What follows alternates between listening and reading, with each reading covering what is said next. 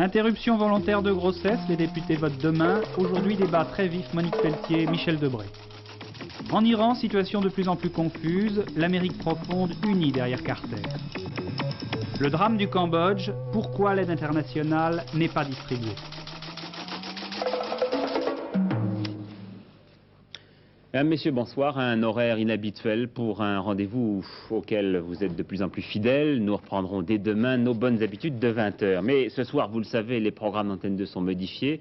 20 h sera l'heure du rendez-vous que nous avons avec le chef de l'État pour la 4e émission du type 1 heure avec le président de la République. Ce soir, c'est au tour d'Antenne 2 et je crois que de toutes les interventions, c'est sans doute celle qui aura été le plus attendue. Elle survient en effet dans un contexte international bien troublé, nous allons en parler tout à l'heure, mais aussi au lendemain de remous dans la vie politique française. Ces remous ont touché le président de la République lui-même. On attend donc beaucoup de sa prestation face à Jean-Pierre Elkabbach, Alain Duhamel et Gérard Saint-Paul. Sur place, Paul Amar. L'entretien se déroulera ici, dans le Petit Salon Rouge. C'est le nom de cette pièce de l'hôtel Marigny, situé en face de l'Élysée et réservé habituellement aux chefs d'État étrangers en visite en France. Vous l'avez dit, Patrick, cette émission est la 4e du genre. Les téléspectateurs en connaissent le principe. Pendant 1 heure, le président de la République répondra aux questions de mes confrères, aux questions que les Français se posent. Et aucune de ces questions ne sera éludée. La situation économique et sociale, le climat politique qui règne en France, l'évolution des rapports entre les partis de la majorité et de l'opposition après le vote sur le budget, la disparition tragique de Robert Boulin, tous ces événements devraient permettre au chef de l'État de faire le point sur l'état de la France et d'insister sur le fonctionnement des institutions. Son intention, expliquer, mais aussi informer. Il est possible que pour Valéry Giscard d'Estaing, le moment soit venu de faire justice, comme il l'avait précisé, des assertions le concernant. Je parle des diamants de Bokassa. Mais le président de la République devrait également faire le point sur l'état du monde et parlera des événements qui auront une incidence sur la vie quotidienne des Français. L'Iran, le Proche-Orient, les problèmes énergétiques et l'Europe enfin. Une Europe qui s'interroge sur son propre avenir et dont la cohésion est aujourd'hui menacée par l'attitude de la Grande-Bretagne. Voilà tous les sujets que le président de la République devrait aborder à 20 h sur Antenne 2 dans moins de 30 minutes. C'est-à-dire donc tout de suite après ce journal. Il est aussi tout à fait possible que Valéry Giscard d'Estaing aborde le dossier sur lequel travaillent les députés depuis ce matin. Ils viennent à l'instant d'interrompre leurs travaux. Il s'agit, vous le savez, de l'avortement, ou plus précisément de l'interruption volontaire de grossesse. Notre service politique résume pour nous ce débat. En conscience et non selon leur appartenance politique, c'est ainsi que les députés depuis ce matin sont invités à se prononcer sur la reconduction de la loi Veil. Monique Pelletier, qui défend le projet de loi aujourd'hui, n'hésite pas à s'en prendre à ceux qui s'opposent à la libération de l'avortement. On peut être contre l'avortement et pour une loi qui encadre sa pratique. Et je demande à tous ceux qui se proclament contre la reconduction de la loi, ce qu'ils proposent à la place, ils ne me l'ont pas dit. Mais le ministre délégué à la condition féminine n'a pas oublié non plus, dans son réquisitoire, ceux qui souhaitent une banalisation de l'IVG. Je le dis solennellement, si le texte de la loi est reconduit, le gouvernement prendra un ensemble de mesures complémentaires que je vais vous proposer, destinées à assurer une exacte application de la loi, toute la loi, mais rien que la loi. Bref, Monique Pelletier demande aux députés un vote clair, en insistant toujours sur la notion clé de la loi de 75, la notion de détresse, en insistant aussi sur la prédominance des hommes à l'Assemblée. Nombreuses sont les femmes qui vont observer cette Assemblée très masculine. Vous allez débattre d'un problème qui est d'abord le leur. Les femmes n'ont pas tous les droits parce qu'elles sont des femmes. Elles ont droit à votre confiance en leur capacité d'assumer leurs décisions. Elles ont le droit de vous demander de ne pas les juger. Au nom du gouvernement, je défendrai ce texte de loi avec tout mon cœur et toute ma conviction. Mère de famille, j'ai eu la chance, et je dis bien la chance, de pouvoir mettre au monde 7 enfants. Pas un instant, je n'oublierai que cette chance que j'ai eue me donne le devoir de comprendre celles qui connaissent la détresse. En début d'après-midi, Michel Debré pose la question préalable. Il souhaite ainsi que la discussion du projet soit renvoyée, car pour l'ancien Premier ministre, ce n'est pas la loi de 75 qui est mauvaise, c'est l'application qui en est faite depuis lors.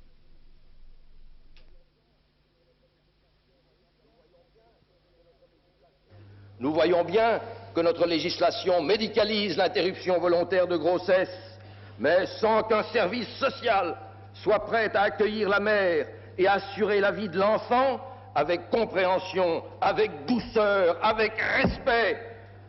Cette interruption volontaire de grossesse, je le répète, pendant 5 ans, n'a nullement été un acte exceptionnel, comme le législateur l'avait décidé, mais dans plus de la moitié des cas, a été en fait une opération à la convenance du couple ou de la femme. Après avoir entendu à nouveau Monique Pelletier, la question préalable est repoussée. Le débat se poursuit donc et la parole est alors donnée aux 2 porte-paroles de l'opposition, 2 femmes. Pour nous, la contraception et l'interruption volontaire de grossesse sont liées et ne sauraient être divisées, car c'est de la bonne connaissance et de la bonne pratique de la contraception que l'on peut espérer que les interruptions volontaires de grossesse ne deviendront qu'exceptionnelles. Et il vous faut bien de l'audace, messieurs et mesdames de la majorité, pour multiplier les alarmes à propos de la dénatalité, alors que vous avez soutenu en tout point la politique de M. Barre, qui en 3 ans de bons et loyaux services rendus au grand capital, a réussi à faire monter l'inflation à 32, oui, vous n'en êtes pas fiers, il n'y a pas de quoi. Oui, Madame Jacques, députée socialiste, et Madame Moreau, que nous venons d'entendre, députée communiste. Alors, Daniel Brem, autant que vous sachiez, nous arrivons presque au terme de ce débat. Est-ce que la loi va passer ? Pas au terme, ce sera demain soir, dans la nuit et peut-être au petit matin. Mais la loi devrait passer et c'est le scrutin sur la motion de Debré qui a donné des indications. En effet, 17 RPR sur 154 paraissent favorables au projet et 77 UDF, beaucoup plus que la fois précédente, sur 120 plus 2 non inscrits, ce qui fait 96 voix pour la majorité, ce qui n'est pas suffisant. Mais le groupe socialiste a d'ores et déjà annoncé qu'il voulait des modifications à la loi, mais que de toute façon, il voterait le texte pour ne pas revenir en arrière. Donc de toute façon, on peut parler d'une majorité sans doute confortable. Eh bien écoutez, les socialistes font planer l'incertitude et Georges Filiou a dit que le groupe socialiste plus le bureau du parti déciderait selon les amendements qui libéralisent la loi seulement demain soir. Mais la grande majorité des députés socialistes devraient voter ce texte, donc il devrait être voté, je vous dis, au petit matin de la nuit de mercredi à jeudi. Donc dans les autres groupes, pas de troubles de conscience pour l'instant? Non, pas pour le moment. Merci Daniel.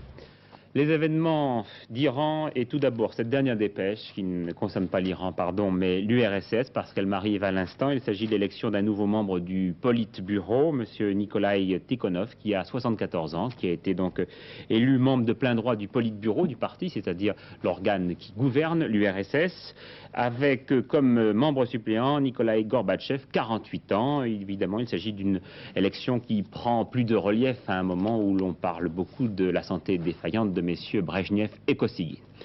Les événements d'Iran, donc, comme promis, avec tout d'abord ce que j'ai appris peu de temps également avant ce journal, une nouvelle intervention, en principe la dernière, vient d'être pratiquée sur le Shah à New York, intervention réussie.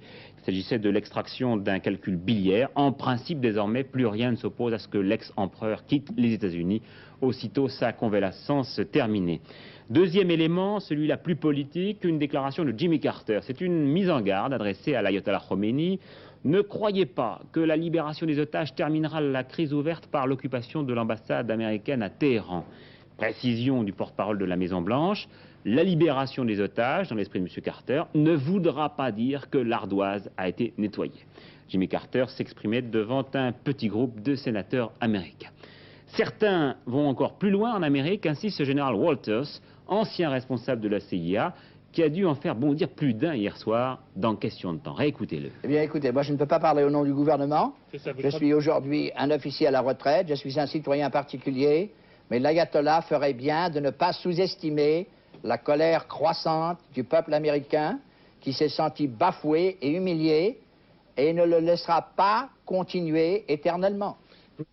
Et c'est vrai que ces propos du général Walters reflètent assez bien l'état d'esprit, disons, d'une partie de l'opinion américaine qui, depuis le début de cette affaire, s'est considérablement ressoudée derrière le président Carter. Regardez le résultat de l'enquête de Jacques Segui et Jean-Louis Saporito. Si on y prend garde, on peut avoir le sentiment que les événements d'Iran laissent les Américains indifférents, préoccupés déjà par les achats de fin d'année. Et pourtant,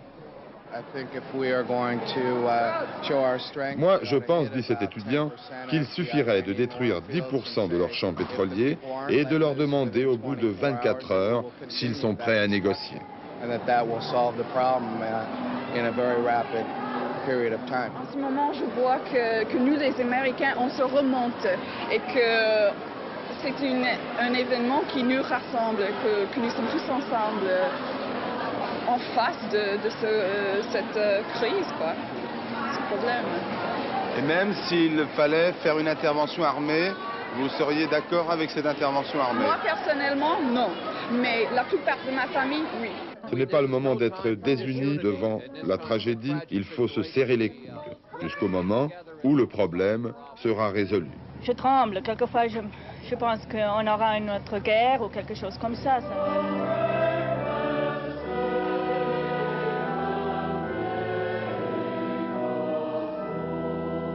Jamais les églises américaines n'avaient connu une telle affluence 3 semaines, jour pour jour, après la prise d'otage de Téhéran.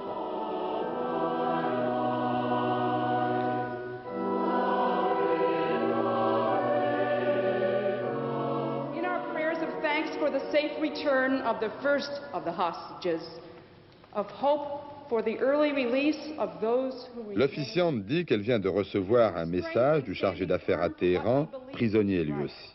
Il demande à tous de prier pour qu'Américains et Iraniens se réconcilient. The restoration of the traditional friendship. Let church bells ring out at Sunday services. Il demande aussi que les cloches de toutes les églises sonnent pendant 10 minutes à partir de midi, chaque dimanche, étant que les otages ne seront pas libérés. On Sunday, until all the hostages are released.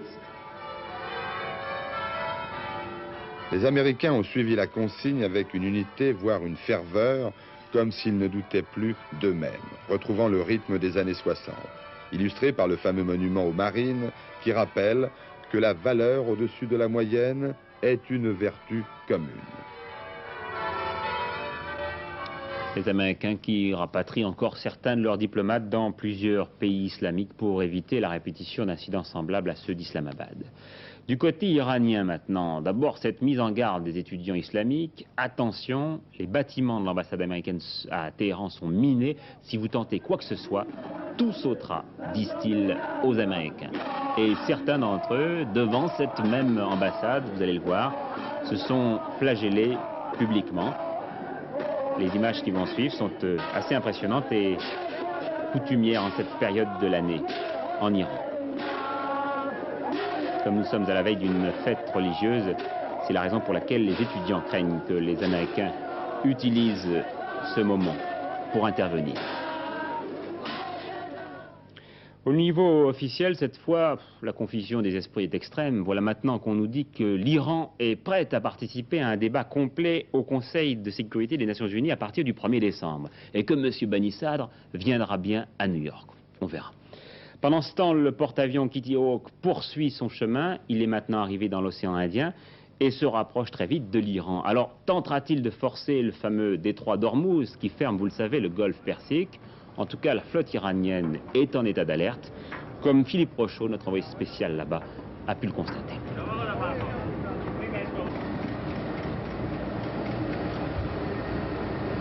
Cet homme que vous venez de voir, c'est l'amiral Madani, commandant en chef des forces navales iraniennes, qui inspecte ces navires. Nous sommes en effet dans la base navale de Bandar Abbas, à l'entrée du golfe Persique, dans le détroit d'Ormuz, ce goulot d'étranglement de 40 km de long qui contrôle toute l'entrée du golfe Persique. Cette position est doublement stratégique. D'abord, c'est l'entrée des eaux territoriales iraniennes et d'autre part, c'est aussi la route du pétrole, puisque un navire pétrolier toutes les 10 minutes passe en effet par le détroit d'Ormuz. Autrement dit, si les Américains qui disposent de 2 porte-avions de l'autre côté de cette entrée du détroit d'Ormuz intervenaient, eh bien la route du pétrole serait coupée. Pourtant, malgré l'état d'alerte qui règne dans cette base de Bandar Abbas, on n'a pas l'impression d'une opération militaire américaine imminente. C'est ce que nous confirme l'amiral Ahmed Madani. Toutes nos bases navales ne sont pas au même niveau d'état d'alerte, mais on peut passer rapidement à l'alerte maximum. Nos hommes sont prêts à se battre, nous ne serons pas surpris. Mais je pense que ça n'est qu'une menace américaine, c'est un show politique et militaire, et ça s'arrête là. L'amiral Madani, depuis 6 mois à la tête de la marine iranienne, est l'héritier de la flotte de guerre la plus puissante de la région. Malgré le renvoi des conseillers américains, les forces navales sont restées intactes, mais l'embargo des États-Unis sur les pièces de rechange pourrait se faire sentir d'ici quelques mois. Pourtant, la marine iranienne estime qu'elle peut résister suffisamment longtemps pour créer une crise mondiale en cas d'intervention américaine. Pour être complet sur le dossier, il faut dire également que du côté des Émirats arabes, on annonce que la production pétrolière va être réduite de 5% à partir du 1er janvier, mais là pour des raisons strictement techniques. Et enfin, pour l'Arabie saoudite, rien n'est terminé dans l'affaire de la grande mosquée de la Mecque, puisque selon certaines sources, les rebelles retranchés dans les sous-sols ne seraient pas une poignée, comme on l'avait dit, mais bien 200. C'est une information, bien sûr, à confirmer. 7 députés UDF reviennent du Cambodge. C'est la première fois depuis 5 ans que des hommes politiques français ont pu ainsi se déplacer à l'intérieur du Cambodge. Le but de cette délégation étant de vérifier le bon acheminement des vivres et médicaments destinés au peuple cambodgien. Acheminement qui ne leur a pas paru satisfaisant, l'un d'entre eux nous le disait d'ailleurs à midi, pas plus d'ailleurs qu'au docteur Kouchner, l'animateur de Médecins sans frontières, qui lui aussi revient de Phnom Penh. On ne sait pas où cette nourriture va aller. En réalité, les entrepôts sont pleins, sur le port en tout cas. Nous avons déchargé sur des camions et sur une barge. Cette barge est partie, et ni nous, ni le Comité international de la Croix-Rouge et l'UNICEF avec lequel nous travaillons ne peut dire où cette nourriture va être distribuée. Donc vous ne pouvez pas contrôler, véritablement, savoir si l'aide que vous avez apportée sera distribuée aux populations cambodgiennes. Je crains même de pouvoir dire qu'elle ne sera pas distribuée. Elle s'entasse pour le moment. En tout cas, il n'y a pas de contrôle possible, malgré les efforts du Comité international de la Croix-Rouge qui souhaiterait le contrôler. Donc la première chose à dire, à mon avis, c'est que cette immense aide internationale, ces millions de dollars dépensés, ne peuvent plus aller à l'aveugle n'importe où. Il faut qu'un contrôle soit institué par la communauté internationale, par des journalistes, par une commission d'enquête qui comprendrait des gens qui, par exemple, ont lutté contre la guerre américaine au Vietnam, qui ne sont pas suspects aux yeux des Vietnamiens, et qui puissent aller voir, d'abord s'il y a une famine, deuxièmement si cette nourriture va aux Cambodgiens, ce qui permettrait aux Cambodgiens qui restent et qui ne sont pas morts sous Pol Pot de prendre en main leur propre destin et d'organiser la distribution. Ça me paraît élémentaire que de savoir où va cette nourriture. Donc c'est en quelque sorte une accusation contre les Vietnamiens que vous portez là. Je crois que les Vietnamiens organisent la disette, je ne pense pas qu'il y ait une famine dans les régions contrôlées par les Vietnamiens, organisent la disette pour se montrer indispensable, pour rester et pour très clairement coloniser le pays. Le problème cambodgien qui sera le thème des dossiers de l'écran à 21h avec comme invité vedette le prince Sihanouk. Il n'y a plus de malaise entre l'Espagne et la France, c'est ce qu'a affirmé Adolfo Suarez à l'issue de son entretien avec Raymond Barre. Nous allons maintenant, avec Bruno Albin, essayer de comprendre quelles divergences ont été aplanies, mais d'abord écoutons le chef du gouvernement espagnol, M. Suarez.